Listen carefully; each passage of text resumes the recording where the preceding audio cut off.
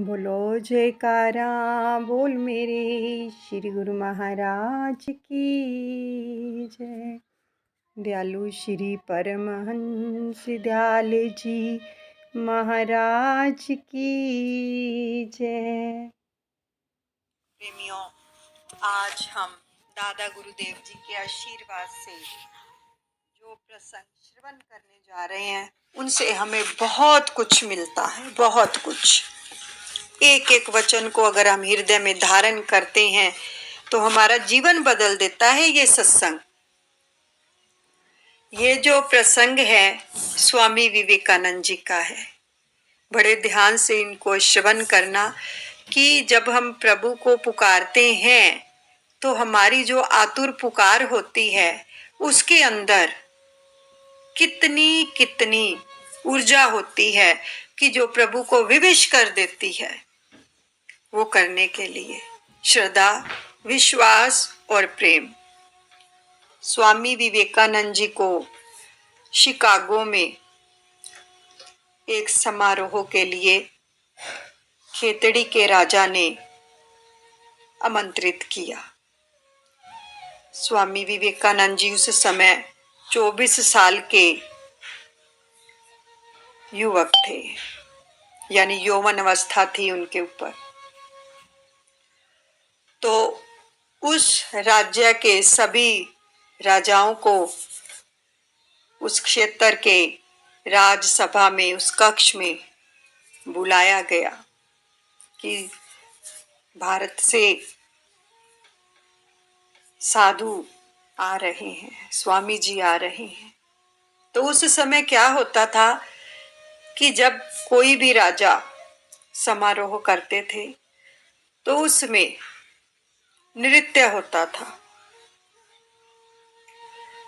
तो खेतड़ी के राजभवन में एक कक्ष में स्वामी विवेकानंद जी ठहरे हुए थे, उनके साथ उनका विद्यार्थी। तो राज्य परंपरा के अनुसार नृत्यांगना को बुलाया गया और जब उस विद्यार्थी को पता लगा कि ये जो समारोह किया जा रहा है इसके अंदर नृत्यांगना यानी वेश्या, उससे नृत्य कराया जाएगा, उसने आकर स्वामी विवेकानंद जी को ये संदेश दिया।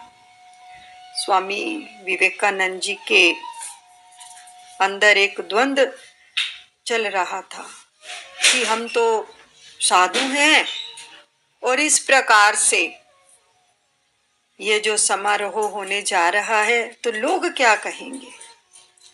स्वामी जी ने मना कर दिया कि हम नहीं आएंगे, संदेश भिजवा दिया कि हम उस समारोह में शामिल नहीं होंगे। तो इस बात का उस वैश्या को पता चला कि स्वामी जी मेरे कारण नहीं आ रहे हैं, क्योंकि साधु हैं तो वो ये सब नहीं चाहते हैं। साधु तो हमेशा ही प्रभु के नाम में लीन रहते हैं। तो क्या हुआ, तो उस वैश्या ने जैसे ही समारोह में प्रवेश किया तो जिस दिशा की ओर स्वामी जी ठहरे हुए थे, जिस कक्ष में, उस दिशा को माथा टेका और प्रणाम किया। देखो, अगर हम भी अपने पूजा गृह में बैठकर जब अपने सतगुरु को याद करते हैं, उनको प्रणाम करते हैं, तो वो प्रणाम हमारा वहां पहुंचता है उस परम पिता परमात्मा के पास।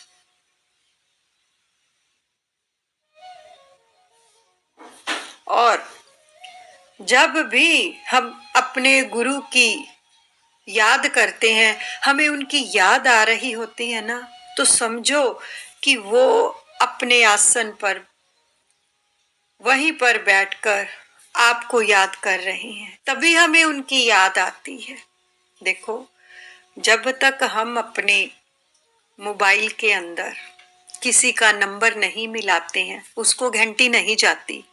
होता है ना ऐसा, जब किसी का नंबर मिलाएंगे तभी तो जिसको मिला रहे हैं उसको घंटी जाएगी और पता चलेगा कि वो मुझे याद कर रहा है। हम खुश हो जाते हैं, किसी का भी ऐसे फोन आए अपने चाहने वाले का तो कितनी खुशी होती है, हाँ जी उनका फोन आया है। इसी प्रकार जब मालिक हमें याद करते हैं ना, जब हमें उनकी याद आती है तो समझो मालिक ने हमें याद किया है, इसलिए हमें उनकी याद आ रही है, इसलिए हमारे दिल के अंदर घंटी बज रही है उसके प्रेम की। ऐसे हमें नहीं याद आएगी जब तक वो याद नहीं करेगा। ऐसे हम कैसे किसी का फोन उठाएंगे जब तक सामने वाला लगाएगा नहीं, ऐसे नहीं उठा सकते। ऐसे ही सतगुरु अपने प्रेमी को जब याद करते हैं तो ही उसको याद आती है। अब देखो हम सभी सत्संग में बैठे हैं ना, तो उसने बिठाया हुआ है हमें, इसलिए बैठे हैं, ऐसे नहीं बैठ सकते। लाखों करोड़ों दुनिया पड़ी हुई है जो इस समय कहाँ है, कोई कुछ कर रहा है, कोई कुछ कर रहा है, कोई टीवी देख रहा है, कोई फिल्म देख रहा है, कोई फेसबुक चला रहा है, कोई व्हाट्सएप चला रहा है, कोई इंस्टाग्राम चला रहा है, कोई कहाँ है कोई कहाँ है। लेकिन जिस को उसने याद किया वही उसकी शरण में बैठा है। ये उसकी कृपा समझो, ये उसकी बहुत भारी कृपा है कि हमें हर रोज याद करते हैं वो, इसलिए तो हम आते हैं, आवाज लगाते हैं अपने प्रेमियों को, इसलिए हम उनके श्री चरण कमलों में आकर बैठते हैं और ये पॉजिटिव ऊर्जा, ये भक्ति, ये रूहानियत, ये प्रेम, ये स्नेह उसका प्राप्त करते हैं। एक बार हमारे पंचम पातशाह श्री सतगुरुदेव भगवान जी सुंदर सिंहासन पर विराजमान थे, बड़े ध्यान से सुनिएगा। तो एक भक्त्यानी नाच रही थी, एक भक्त्यानी नाच रही थी और उसने जब नाच रही थी तो पूज्य महात्मा जी ने श्री सतगुरुदेव भगवान जी से प्रार्थना की कि देखो आपके प्रेम में किस प्रकार से ये नाच रही है। तो हमारे श्री श्री 108 श्री पंचम पातशाह हृदय सम्राट जी ने फरमाया, महात्मा जी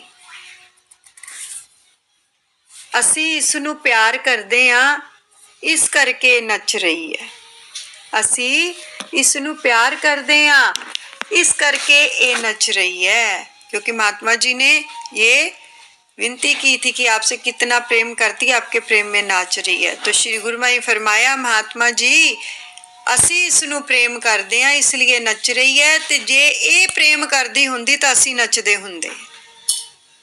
अगर ये हमसे प्रेम करती होती तो हम नाच रहे होते, हम इससे प्रेम करते हैं इसलिए ये नाच रही है।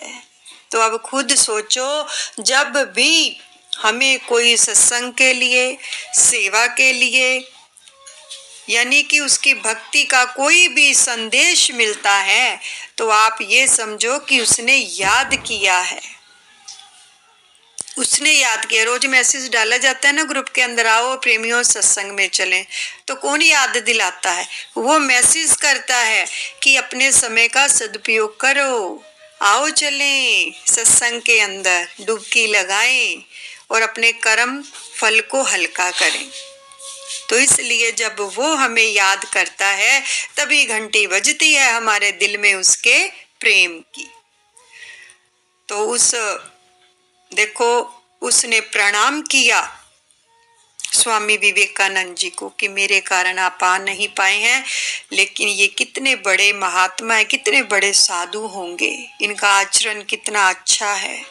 तो साधु की जो संगति होती है ना, जो असली साधु होता है, असली साधु उस परम पिता परमात्मा से जो जुड़े होते हैं साधु, वो क्या है कि उनके संपर्क में जो भी आता है ना उसके जीवन को बदल के रख देते हैं। इतना उनके अंदर इतनी पावर होती है, प्रभु के नाम की इतनी ऊर्जा होती है कि वो सामने वाले का जीवन बदल के रख देती है, जो भी उसके संपर्क में आते हैं उस साधु के, जो लोग भी।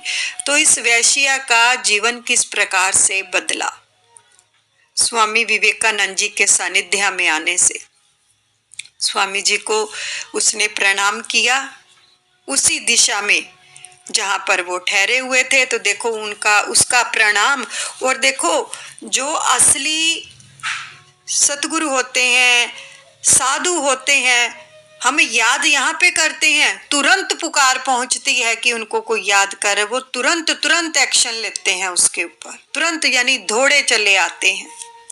तो स्वामी जी को उसका जो प्रणाम था वो वहां पर पहुंचा कि वो नृत्यांगना हमें प्रणाम कर रही है।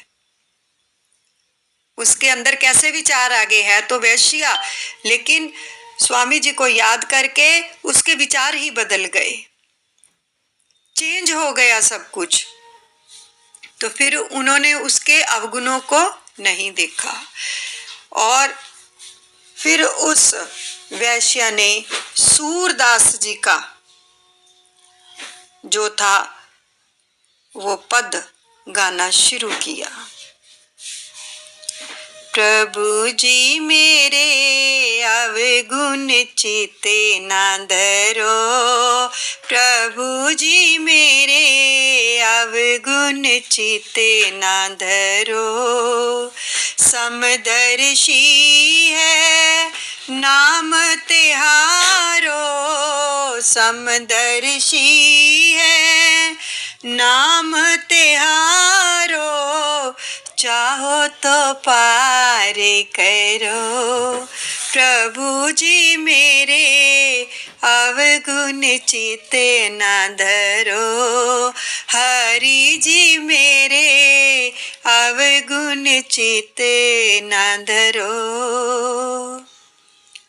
अब की बेर मोहे पारे उतारो, अब की बेर मोहे पारे उतारो, पारे उतारो, हाँ पारे उतारो, अब की बेर मोहे पारे उतारो, नहीं प्राण जात डरो, प्रभु जी मोरे अवगुण चित्ते न धरो, पुकारो हरि जी मोरे अवगुण चित्ते न धरो, दादा गुरु मोरे अवगुण चित्ते न धरो। जैसे ही उसने ये पंक्ति गाई कि मेरे अवगुण चित्त ना धरो, अब की बेर मोहे पार उतारो, नहीं प्राण जात डरो, तभी दौड़े आए स्वामी विवेकानंद जी, दौड़े आए और उसके पग पकड़ लिए कि माँ मुझे क्षमा कर दो, भूल हो गई कि मैं क्या समझ बैठा था। उसके बाद उस नृत्यांगना ने, वेश्या ने वो नृत्य का कार्य छोड़ दिया क्योंकि वो संतों के संपर्क में आ गई थी, स्वामी जी की संगति प्राप्त हो गई थी उसको, कुजाति से सुजाति हो गई, रामकृष्ण परमहंस की साधिका बन गई वो। तो कितनी कृपा मिलती है। क्यों कहा जाता है, इसलिए कहा जाता है ना सत्संग के अंदर आओ, इसलिए कहते हैं ना। लाभ किसको मिल रहा है, किसी को थोड़ी मिल रहा है, हमारा ही तो लाभ हो रहा है। सत्संग में आते हैं तो पता नहीं हमारा कौन सा ऐसा कर्म होता है जो उन्होंने काटना होता है, वो सत्संग के अंदर ही काटते हैं। आपको पता है जब तक हम डॉक्टर के पास नहीं जाएंगे हमारा ट्रीटमेंट वो कर पाएगा घर बैठे? नहीं। जब तक हम उसको अपना चेकअप करवाते हैं, फिर वो हमारा सारा चेकअप करता है, हमें मेडिसिन देता है, इंजेक्शन लगाता है, यहाँ तक कि अगर जो रोग होता है वो बहुत ज्यादा भयानक होता है तो उसको ऑपरेशन भी करना पड़ता है। ऐसे ही जब हम सत्संग में आते हैं, प्रभु की दृष्टि पड़ती है हमारे ऊपर, सत्संग में उसके नाम का हम गुणगान करते हैं, उसको याद करते हैं, और सत्संग के अंदर जब उसको याद करके हमारी आंखों से अश्रु धारा बहती है, तो समझो हमारे कर्म फल हल्के हो रहे हैं। जो गंदे कर्म है वो बह रहे हैं इस आंसुओं के साथ। साफ हो रहा है हमारा अंतकरण, शुद्ध हो रहा है, तो प्रभु की भक्ति और भी दृढ़ होती चली जाती है। इसलिए सत्संग में आया करो, खुद तो आते हो, औरों को भी लाया करो। जो औरों को भी लेके आते हैं, सत्संग से जोड़ते हैं, तो वो किसका आशीर्वाद प्राप्त करते हैं? उस परम पिता परमात्मा का। और जो सतगुरु के चरणों से जोड़ता है किसी रूह को, तो हमारे श्री सतगुरुदेव भगवान जी के वचन हैं, जो एक रूह को सत्संग में लेकर आता है, सतगुरु के चरणों से जोड़ता है, तो उसको 1,00,000 गौ दान का फल घर बैठे मिलता है। ये श्री गुरुमाई ने वचन फरमा दिए। और फिर दूसरा कि हम श्री गुरु महाराज जी के वचनों का पालन कर रहे हैं, जो उन्होंने फरमाए हैं कि 1 घंटा अपने लिए अमृत वेले में और 1 घंटा जो संपूर्ण विश्व के कल्याण के लिए ये सेवा करेगा, निष्काम सेवा करेगा, उसके ऊपर सभी परमहंसों की विशेष विशेष विशेष कृपा उतरेगी। तो आप खुद एहसास कर सकते हैं इस सत्संग के अंदर बैठकर कि कितनी कृपा उतर रही है, कितनी रहमतें मिल रही हैं। हम किससे जुड़े हुए हैं इस समय? ध्यान करो जरा उस परम पिता परमात्मा से, जो पूरी कायनात का मालिक है, उसके सानिध्य में बैठे हैं। उसने इस वक्त हमें अपने आगोश में लिया हुआ है। हमें किसी चीज का डर नहीं, ना काल का, ना माया का, ना किसी चीज का। क्यों? क्योंकि हम उसके आगोश में बैठे। महसूस करके देखो जरा अपनी आत्मा से कि हमें कितना आनंद मिल रहा है। ये अनुभव करने की बातें हैं प्रेमियों। जो वाक्य में ही एकाग्रचित होकर बैठते हैं ना, उनको महसूस होता है। और सच में बहुत सारे प्रेमियों का ये भी कहना है कि जब साधना शुरू होती है, जब दुआएं, नाम जाप, अमर ज्योति ग्रंथ जी का पाठ, जब तक सत्संग चलता है, आप महसूस करो आपके हाथों के अंदर से कितनी ऊर्जा निकल रही होती है। इन चीजों को जब हम महसूस करके समझो, उसकी कृपा बरस रही है हमारे ऊपर, उसकी फुल कृपा है। ये नाम की ऊर्जा है, उसके प्रेम की ऊर्जा, उसके स्नेह की, उसके सानिध्य की, उसके आलिंगन की। इसको आप महसूस कर सकते हो। तो इसलिए सत्संग में आना बहुत जरूरी है। मन की मैल धुलती है। और कोई ऐसी साबुन नहीं बनी है जिससे हम अपने कर्म फल की मैल को धो डालें। ऐसा कुछ कोई दवाई नहीं बनी, ऐसा कोई साबुन नहीं, ऐसा कोई डॉक्टर नहीं पैदा हुआ आज तक जो आपके कर्म फलों को हल्का कर देगा। हुआ आज तक? बताओ। केवल एक नाम है। और सतगुरु की कृपा जब होती है, जो जीव है वो नाम से जुड़ जाता है, अच्छे कार्य करता है, भलाई के कार्य करता है, अपने विचार वाणी व्यवहार की साधना करता है और नाम जाप के साथ जुड़ जाता है, उसको याद करता है, हर वक्त श्वास श्वास में उसका सुमिरन करता है, तो प्रेमियों ये सफाई होनी शुरू हो जाती है। कर्म धुलते चले जाते हैं। जो इतने इतने युग युगांतरों से हमारा मन मैला हुआ पड़ा है, वो धो डालता है नाम। सतगुरु अपनी कृपा दृष्टि उस जीव के ऊपर फरमाते हैं, उसका अंतकरण शुद्ध हो जाता है और वो नाम से जुड़ जाता है। करो महसूस एक बार अपने श्वासों की ओर ध्यान देकर कि इस समय वो हमारे हृदय के अंदर ही विराजमान है प्रभु, जिसको हम याद करते हैं। ये सांसें हमारी वो ही चला रहा है, ये धड़कन हमारी वो ही चला रहा है। वो हमारे दिल के सिंहासन पर विराजमान है। अपनी हर श्वास के साथ उसको याद करो, तो देखो कितना आनंद आपको आएगा। इस समय हम उस परम पिता परमात्मा की गोद में बैठे हुए हैं और इस सुनहरी घड़ियों का लाभ उठा रहे हैं। इसी प्रकार हमें उसके नाम से जुड़े रहना है, हर पल, हर घड़ी, हर क्षण, और अपना जीवन सफल करना है। और एक बात आपको बता दें, समय का सदुपयोग किया करो, फालतू की बातों की ओर ध्यान मत दिया करो, ना ही किसी से फालतू बातें किया करो। समय बहुत कम है, बहुत कम है। श्री परमहंस दयाल दादा गुरुदेव जी के वचन है, समय बहुत कम है और काम बहुत जाता है। तर्क वितर्क वाद विवाद से दूर रहो, अगर भक्ति करनी है तो बचो इन चीजों से। तो इसलिए सतगुरु के नाम से जुड़कर और उनका सानिध्य प्राप्त करते हुए हमें इस जीवन का लाभ उठाना है, और ऐसी करनी है उनकी कृपा से कि अंत समय वो हमें लेने के लिए आ जाएं और हमारा जीवन सफल हो जाए। बोलो जयकारा बोल मेरे श्री गुरु महाराज की जय। दयालु श्री परमहंस दयाल जी महाराज की